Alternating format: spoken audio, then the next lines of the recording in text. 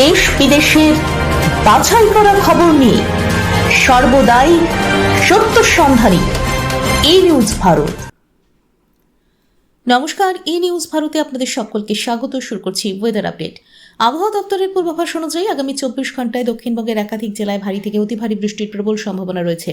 বঙ্গোপসাগরে পুঞ্জীভূত জোড়া নিম্নচাপ এবং সক্রিয় বর্ষাকালীন অক্ষরেখার জোড়া ফলায় রাজ্য জুড়ে নতুন করে ফের দুর্যোগের মেঘ। বিশেষ করে বাঁকুড়া, ঝাড়গ্রাম, পশ্চিম মেদিনীপুর, পূর্ব মেদিনীপুর, দক্ষিণ 24 পরগনায় জারি করা হয়েছে সতর্কতা। পাশাপাশি কলকাতা, হাওড়া, হুগলি, উত্তর 24 পরগনা, পুরুলিয়া এবং পশ্চিম বর্ধমানে দিনভর হালকা থেকে মাঝারি বৃষ্টির পূর্বাভাস রয়েছে। দক্ষিণবঙ্গের পাশাপাশি উত্তরবঙ্গেও বিক্ষিপ্তভাবে বজ্রবিদ্যুৎ সহ বৃষ্টির সম্ভাবনা রয়েছে। দু এক পশলা ভারী বৃষ্টি হতে পারে জলপাইগুড়ি এবং আলিপুরদুয়ার জেলার কিছু অংশে। আলিপুর আবহাওয়া দপ্তর জানিয়েছে, বুধবারের পর বৃষ্টির প্রকোপ কমিয়ে দক্ষিণবঙ্গে। আজ কলকাতায় আংশিক মেঘলা আকাশ। আজ কলকাতা ও তার পার্শ্ববর্তী অঞ্চলে দিনের সর্বোচ্চ তাপমাত্রা 32 ডিগ্রি সেলসিয়াস, সর্বনিম্ন 28 ডিগ্রি সেলসিয়াস। বাতাসে আপেক্ষিক আর্দ্রতার পরিমাণ 79%, অনুভূত তাপমাত্রা 42 ডিগ্রি সেলসিয়াস। আজকের বৃষ্টিপাতের পরিমাণ 10.4 মিলিমিটার। ব্যুরো রিপোর্ট, ই নিউজ ভারত।